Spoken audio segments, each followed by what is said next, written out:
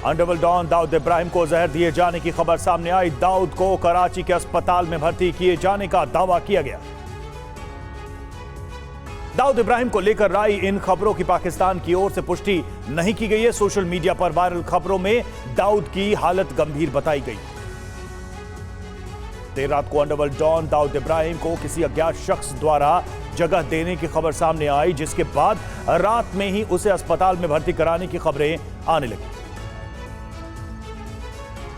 दाऊद को जहर दिए जाने की खबरें आने के बाद पूरे पाकिस्तान में इंटरनेट बंद करने की खबरें आने लगी। कई सोशल मीडिया साइट भी बंद किए जाने की खबर।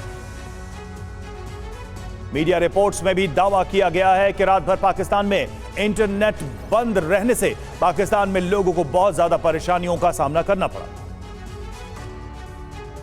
पाकिस्तान में ट्विटर और यूट्यूब भी रात भर बंद रहे। पाकिस्तान में इंटरनेट बंद को दाऊद से ही जोड़कर देखा जा रहा है।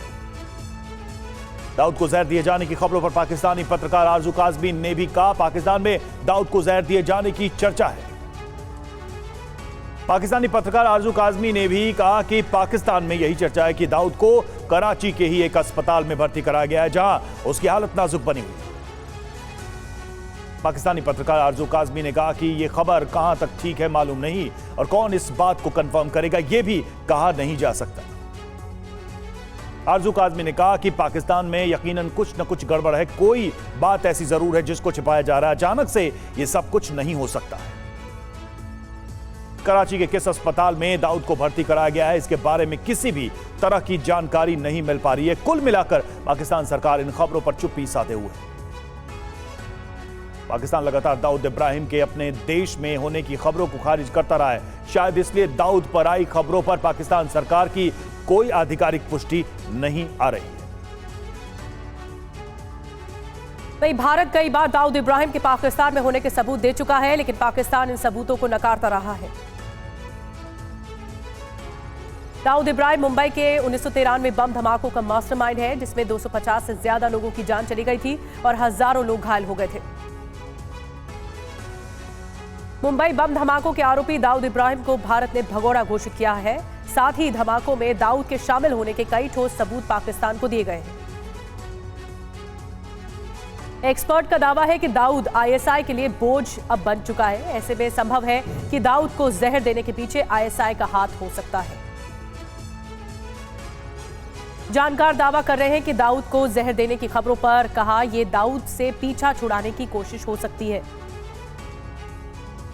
खबर है कि दाऊद अपनी सुरक्षा के बदले पाकिस्तान सरकार को मोटी रकम देता है। बदले में पाकिस्तान की आतंकी साजिशों में मदद भी पहुंचाता है। लगातार खबरें आती रही हैं कि भारत का most wanted mafia don Karachi के बेहद पॉश इलाके में रहता है और इसी इलाके में पाकिस्तानी सेना के कई शीर्ष अधिकारी भी रहते हैं।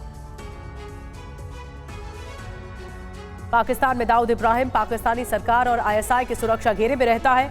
कराची में दाऊद के ठिकाने के खुलासे के बाद उसकी सुरक्षा बढ़ा दी गई थी। दाऊद इब्राहिम के अलकायदा और लश्कर से भी रिश्ते रहे हैं। दाऊद ने कम उम्र में ही अपराध की दुनिया में कदम रख दिया था। एफबीआई की दुनिया के 10 टॉप वांटेड लिस्ट में नंबर 3 पर है दाऊद इब्राहिम। हवाला के तमाम बड़े कारोबार में इसका हाथ रहा है। बॉलीवुड प्रोड्यूसर्स और सेलिब्रिटीज से भी उगाही करता रहा है। 65 साल का भारतीय भगोड़ा डॉन दाऊद दुनिया भर के कई देशों की रडार पर है और जान बचाने के लिए कई सालों से पाकिस्तान में पनाह लिए हुए है। पाकिस्तान हमेशा दाऊद के अपने देश में मौजूदगी से इनकार करता रहा है, लेकिन दाऊद के भाई इकबाल कास्कर ने 2017 में बताया था कि दाऊद पाकिस्तान में ही छिपा हुआ है। दाऊद की बहन हसीना पारकर के बेटे ने राष्ट्रीय जांच एजेंसी को बताया था कि अंडरवर्ल्ड डॉन दूसरी शादी करने के बाद कराची में रहता है।